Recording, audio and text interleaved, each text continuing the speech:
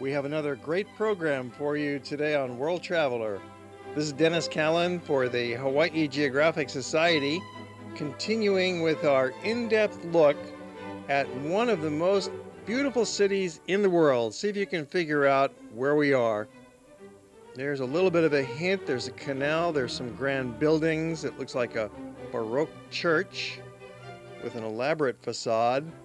More canals and more elaborate churches. Where could it be? No place else but St. Petersburg, the most beautiful city in Russia. We're going to take you inside some palaces. We'll bring you on a continuing visit to the Hermitage Museum. We'll give you some shopping tips, where to buy some nice amber. Take you to the tomb of Peter the Great. The Pavilion Hall is one of many splendid rooms we'll bring you into at the Hermitage Museum, housed in what had been the Palace of the Tsars. And we'll begin the tour with our local guide, Olga, here at the Cathedral of Spilled Blood. The cathedral was built to commemorate Alexander II of Russia, the Tsar who was assassinated in this very place. He was murdered by members of terrorist group who threw the bomb at his carriage, and the Tsar was badly wounded. So he lost very much blood, and he died of the loss of blood. The cathedral's name is the Cathedral on Spilled Blood. We'll be with Olga the entire 4 days that we're visiting St. Petersburg, and she is really knowledgeable about the history, about the arts and architecture, and also about current events and life in Russia today. She's also the marketing director of the hotel that we stay at, so it's really convenient. She can arrange all of our logistics, get the bus for us, arrange the meals, and generally fix things up. She's going to be taking us to one of the main squares of town and tell us a little bit about cost of living and some of the history leading up to the revolution.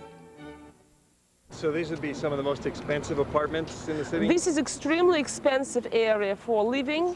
And if you take an apartment, for example, in this building, which is pretty nice looking, it would cost from probably $150,000 to $300,000. While the buildings along the canals, they are 90% apartment houses, and some of them are consulates general. So a very typical thing is for them to have their embassy in Moscow and consulate general in St. Petersburg. The building on your right is the Winter Palace. A little bit further, the yellow building is the Admiralty, the Naval Board of Russia. Then comes St. Isaac's Cathedral Dome, which we saw yesterday. And the yellow building on your left, which is considered to be the longest building in Europe because it has about 3,000 feet long. Part of it on the left was the Foreign Ministry of Russia. And on the right, it was the army headquarters. This square is well known in history of Russia because of the Tsar's residence being in this building. So the most crucial events of the Russian history were associated with this place. This square was also known for the dramatic events of the revolutions. In 1905, it was a very terrible bloodshed in this square. When the workers came to meet with the Tsar, Nicholas II, they were shot down. About 4,000 were killed in this square by the soldiers, and the event went down into Russian history as the Bloody Sunday. It was cut out of the granite rock in the middle of the 19th century and brought here by boat, specially built and put up by hand. They say that there were about 2,000 veterans of the war against Napoleon who were helping put up this column. And it is so perfectly balanced that it stands with no supporting devices. It's just by itself. So, Olga, there's no cement holding it in place? No support. It's not in the hole. It was just put on top, and so this is how it stands. This is the late 19th century architecture. It accommodates today the archives of the Russian Navy, which is a huge building.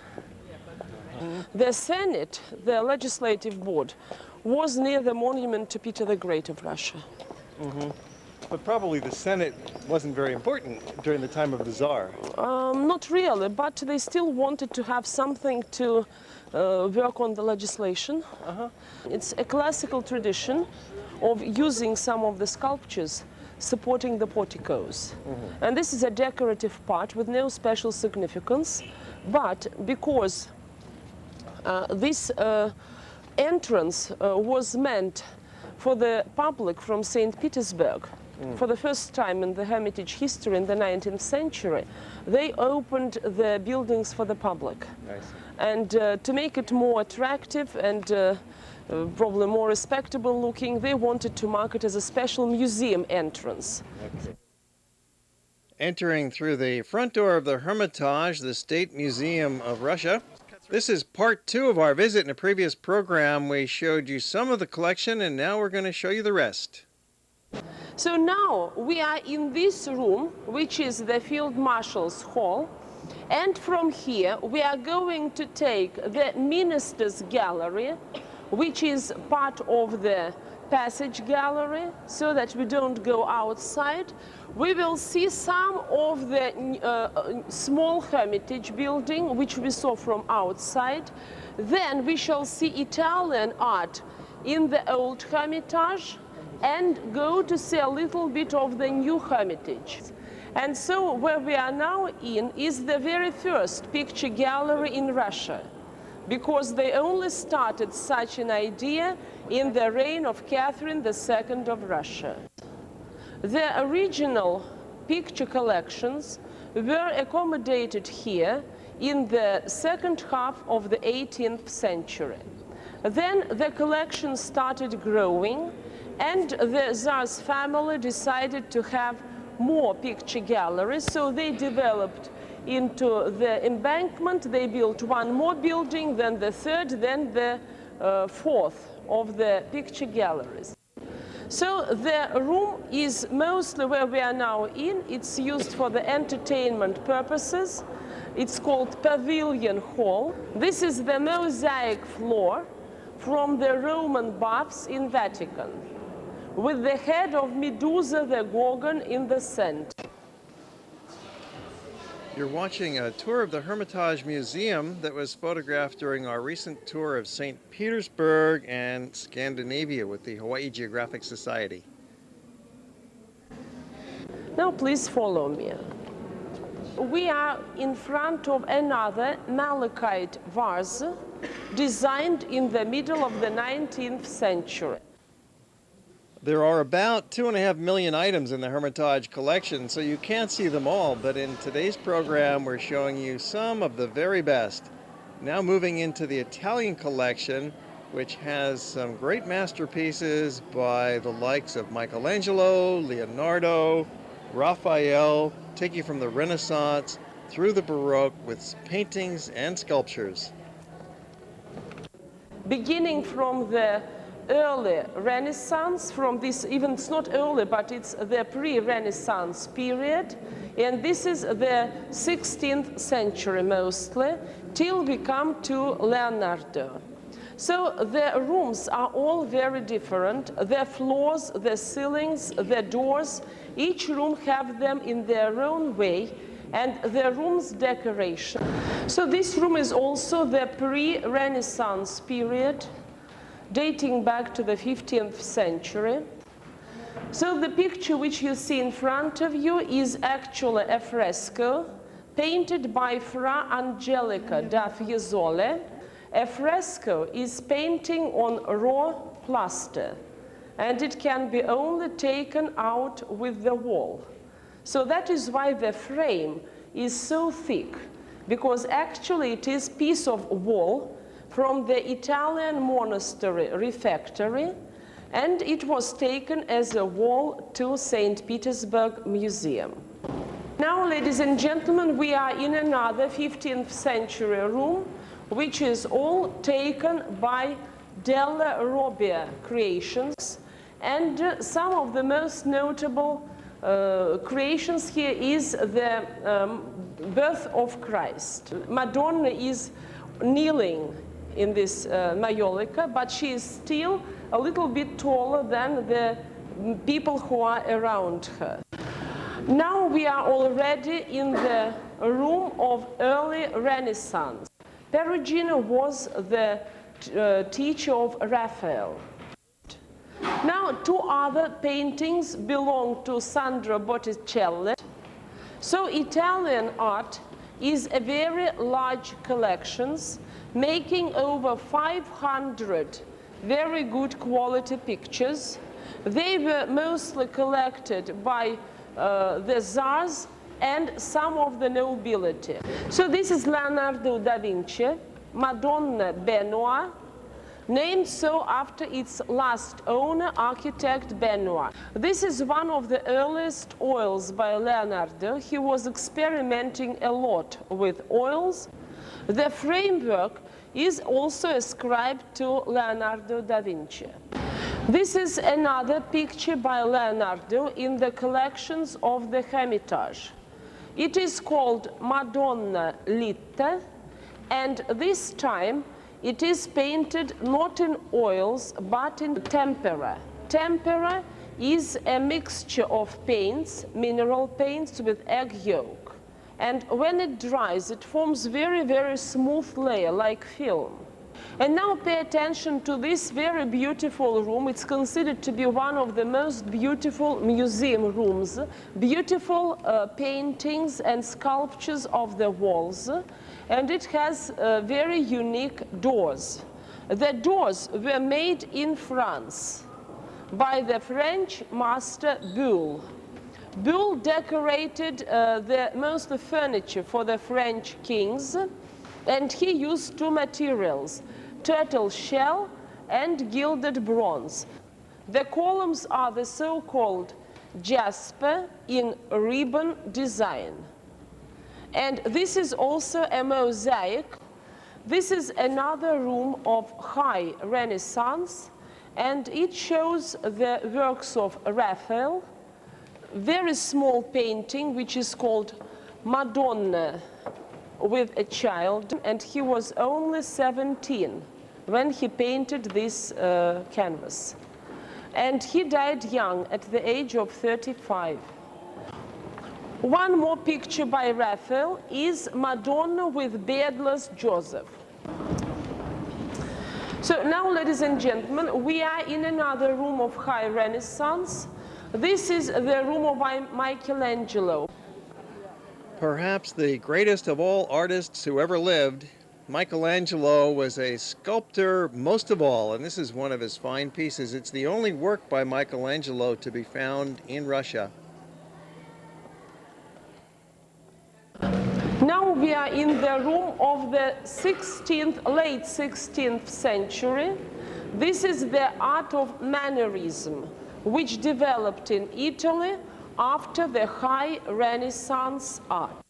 Now the next room is the 17th, 18th centuries Italian art. They even have some works by Bernini here, small clay statues he did as studies for larger pieces. Russia has only one picture by Caravaggio, who was a very interesting artist and played big role in Italian art, the lute player. Now, another very interesting visit could be to this room with the pink walls, because this is the first room in the Hermitage which was permitted for the visitors from outside. This is lapis lazuli, yes, same as malachite, yes. They were top lit. There's a very complex and significant painting by the Baroque master Annibale Carracci. He created single-handedly the new movement that became known as Baroque. Your body might feel a little baroque after all this art, so take a brief rest and we'll carry on for more. The next room on the left will be the room of the armor. You will see the medieval centuries armor, the knights sitting on horses, and some of the medieval centuries art collected by the Russian Tsar.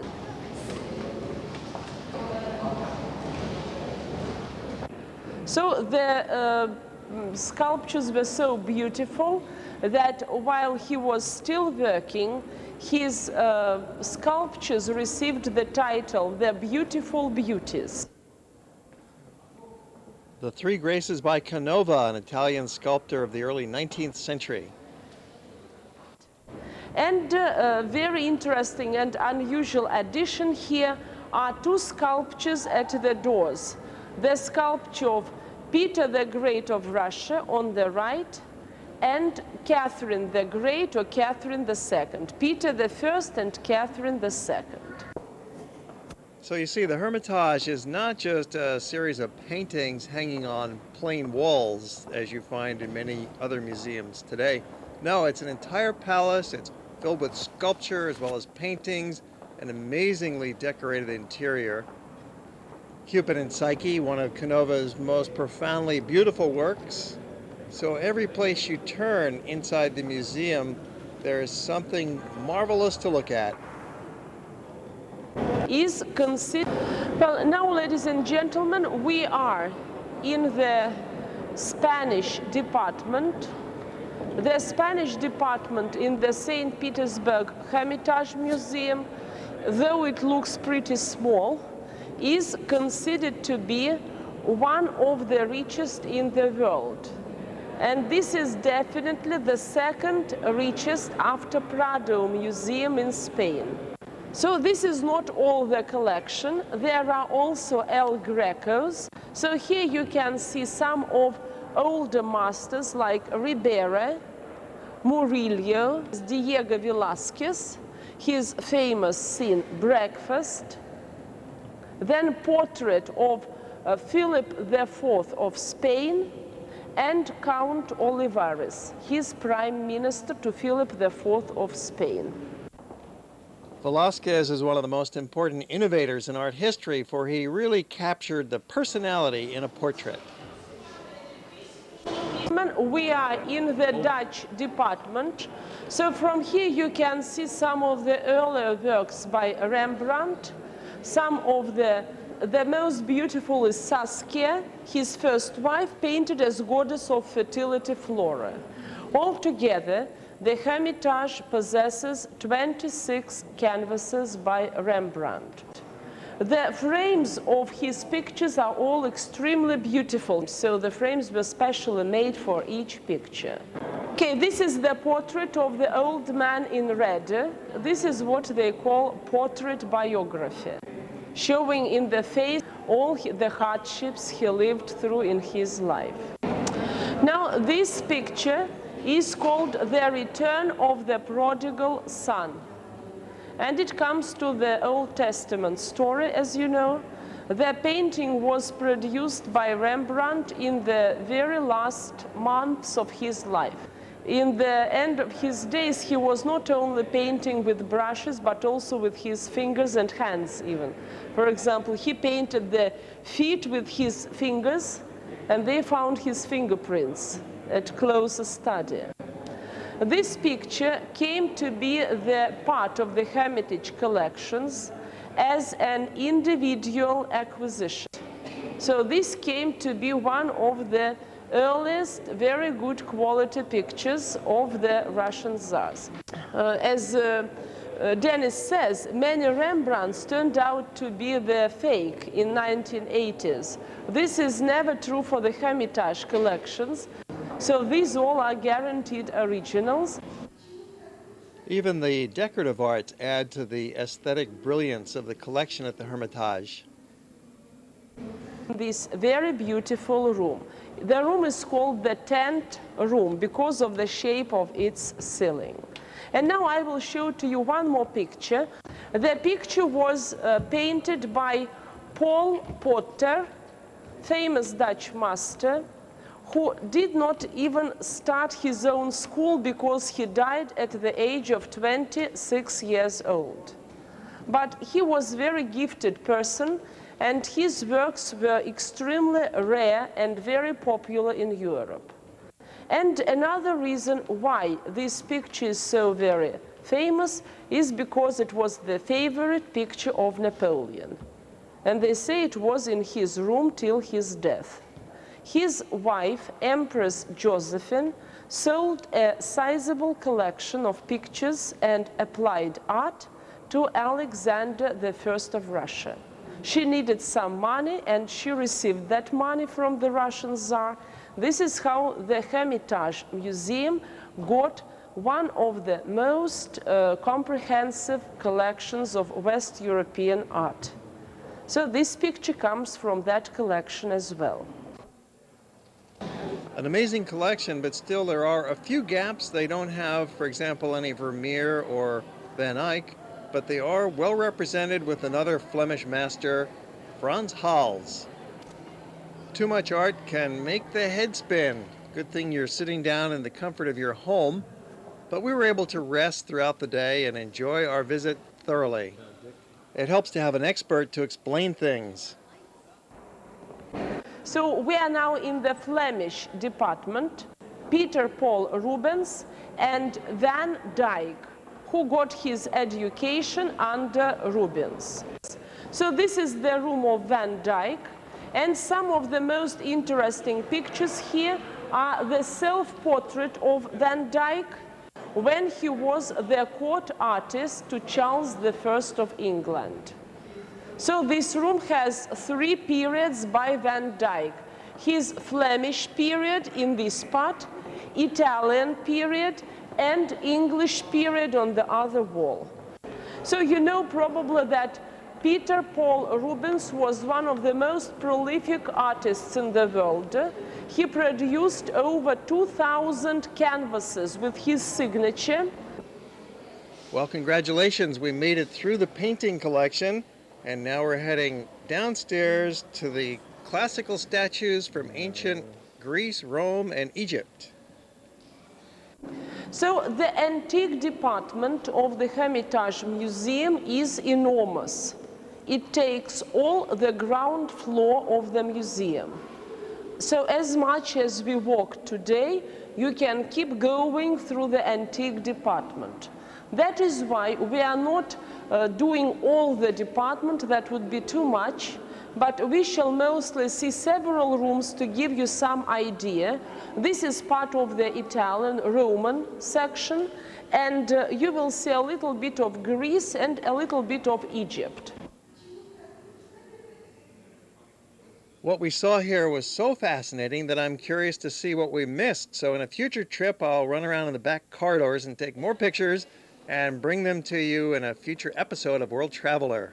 And this is considered to be the world's largest one-piece vase.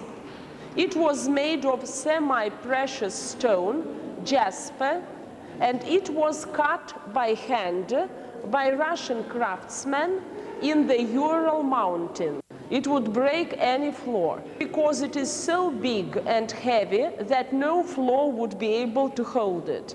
That is why they decided not to take it to any of the central rooms, but put on the solid foundation in the lower part, in the first floor. There was built a special cart which could hold it. And the cart was pulled by from 120 to 160 horses. The Roman figure Antoninus, a friend of the Emperor Hadrian. All these items, which you can see here, belong to the 5th century AD Taurida Greeks. So they were taken from Taurida during the excavations, and that is why Russian Museum of Fine Arts, the State Hermitage, has very vast collections of ancient Greek art, but mostly it came from the formerly Russian territories. And then we leave the Greek world behind and venture into ancient Egypt. These collections, which you all see here, they came to the State Hermitage Museum after 1950s, because the Tsars were mostly interested in the ancient Greek and ancient Roman collections. And or they were also, of course, fond of Chinese and Japanese art, but nothing about Egyptian art. They were able to bring them to Russia from Egypt because they were building the Aswan Dam, Dyke, you remember, which flooded that area. And because Russia was building this dike, the Egyptian government allowed to take out everything they could from the soil, because afterwards it would be flooded anyway. And so they did extremely intense excavations in that area, and whatever they could find was brought to Egyptian museums, and a small portion to this room. They have a real mummy in the left. Wow, what a museum.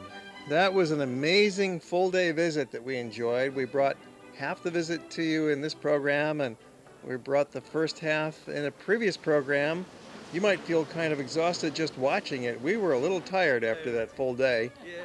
At least we did get to sit down now and then during the day, and we sat down for lunch.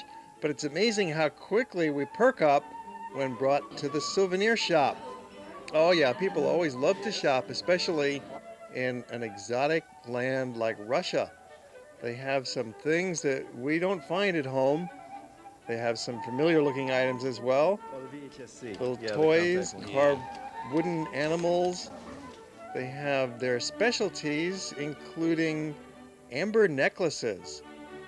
Towards the end of the program, we'll bring you to an amber shop and we'll talk about prices and what you can expect out of amber necklaces. You can get little dolls that are dressed up in the different ethnic costumes found throughout the country over the last several hundred years, and especially the Matryoshka dolls. That's a big hit. The nesting dolls, where you can have maybe 10 or 12 inside each other. Musical instruments. You can get little lacquer goods of all types, and more of these costume dolls. So we always find some time for shopping in our tours with Hawaii Geographic Society.